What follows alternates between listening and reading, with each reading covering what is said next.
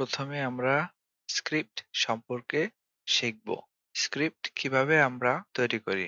Script শেখার আগে সর্বপ্রথম আমাদের ওয়ার্কস্পেস সম্পর্কে জেনে নেওয়া দরকার। ওয়ার্কস্পেস হলো এইখানে আমরা যে ম্যাপটা দেখতে পাচ্ছি, ম্যাপের ভেতরে আমরা যা কিছুই তৈরি করি না কেন, সবকিছুই ওয়ার্কস্পেসের আন্ডারেই থাকে।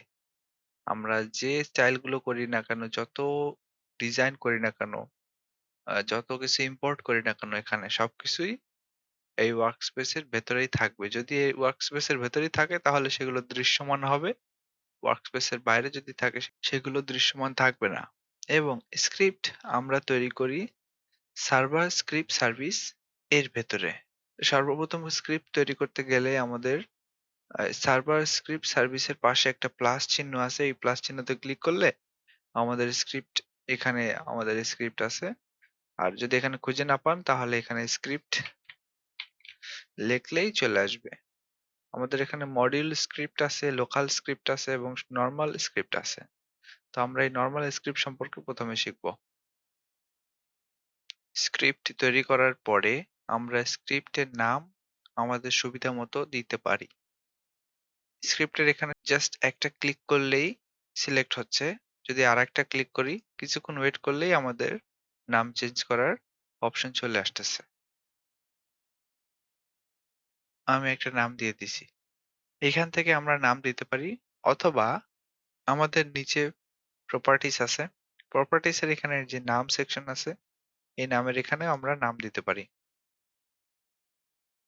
তাহলে দুই ভাবে আমরা নাম দিতে পারি। আর যদি আমরা এই প্রপার্টিস এর অপশনটা এখানে না খুঁজে পাই, যে কোনো সময় আমরা ভিউ মেনুতে এসে এখানের প্রপার্টিস অপশনটা চালু করে দিতে পারি। আমাদের স্ক্রিপ্ট চলে আসছে এবং বেসিক স্ক্রিপ্ট আনার পরেই আমাদের প্রথমেই প্রিন্ট হ্যালো ওয়ার্ল্ড এই লেখাটা চলে আসে। কাজের সুবিধার্থে আমি টুলবক্সটা ডিলিট করে দিলাম। আচ্ছা, পরে আবার যদি টুলবক্সটা আনতে চাই আমাদের ভিউ থেকে টুলবক্স নিয়ে আসতে পারবো। স্ক্রিপ্টে আমরা প্রিন্ট কমান্ডটা ব্যবহার করে থাকি সাধারণত। এই প্রিন্ট কমান্ডের মাধ্যমে আমরা যারা ডেভেলপার আছি, কোড ডিবাগিং, কোডিং এর সুবিধার্থে কখন কি হচ্ছে না হচ্ছে সেই ফিডব্যাক গুলো আমাদের নিজেদের দরকারের জন্যই আমরা এই প্রিন্ট কমান্ডটা ব্যবহার করে থাকি। সাধারণত এটা ব্যাক এন্ডের একটা কাজ। আমরা যখন এই প্রিন্ট কমান্ড ব্যবহার করি, এটা আমাদের যে প্লেয়ার আছে গেম খেলবে তাদের এখানে শো নাও করতে পারে। শুধুমাত্র এটা আমাদের পার্সোনাল ইউজের জন্য ব্যবহার হয়। ফর এক্সাম্পল, এখানে আমাদের যে আউটপুট আছে, এই আউটপুটটা যখন অন করা থাকবে, আমরা এই প্রিন্ট কমান্ডটা এখানে সেভ করে রাখি। কন্ট্রোল এস এর মাধ্যমে সেভ করতে পারি। আমাদের গেমটা যদি এখন রান করি, আমাদের আউটপুটের দিকে যদি খেয়াল করি, আউটপুটে আমাদের যে আমরা হ্যালো ওয়ার্ল্ড লিখেছিলাম, এই যে এখানে হ্যালো ওয়ার্ল্ড আমাদের প্রিন্ট চলে আসছে। এটা আমাদের দেখার সুবিধার্থে এটা এখানে চলে আসছে। এটা প্লেয়ার দেখবে না। ৩ ধরনের প্রিন্ট আমরা ব্যবহার করে থাকি। তার ভিতরে হলো স্ট্রিং, ইন্টিজার এবং বুলিয়ান। যখন আমরা প্রিন্ট কমান্ড শুরু করি, সাধারণত কি থাকে PRINT, প্রিন্ট লিখলেই আমাদের এখানে প্রিন্টের মেনু চলে আসতেছে, প্রিন্টের অপশন চলে আসতেছে। এই অপশনে যদি আমরা এন্টার ক্লিক করি, সাথে সাথে আমাদের একটা ফার্স্ট ব্র্যাকেট চলে আসতেছে। ফার্স্ট ব্র্যাকেটের আমি একটু দেখার সুবিধার্থে কন্ট্রোল চেপে ধরে মাউস স্ক্রলের মাধ্যমে ছোট বা বড় করতে পারি ভিউ। তো প্রিন্টের ভেতরে যদি আমরা সিঙ্গেল কোটেশন অথবা ডাবল কোটেশনের মাধ্যমে আমরা স্ট্রিং গুলো তৈরি করতে পারি। এই কোটেশনের ভিতরে যদি আমরা কিছু লিখি, তাহলে এটা একটা স্ট্রিং তৈরি হয়ে গেল। আর যদি এই কোটেশন না থাকতো,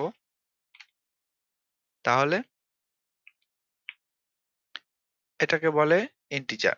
কোটেশন ছাড়া হলো ইন্টিজার, আর কোটেশন দিলে হবে স্ট্রিং।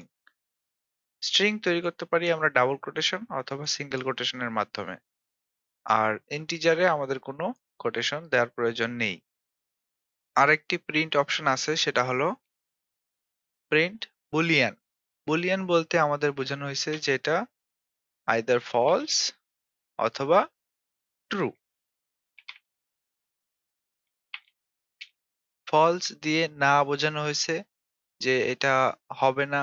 আর প্রিন্ট ট্রু এর মাধ্যমে আমাদের এটা হ্যাঁ বোঝানো হয়েছে। তো এটাই ছিল আমাদের ৩ টা প্রিন্টের এক্সাম্পল।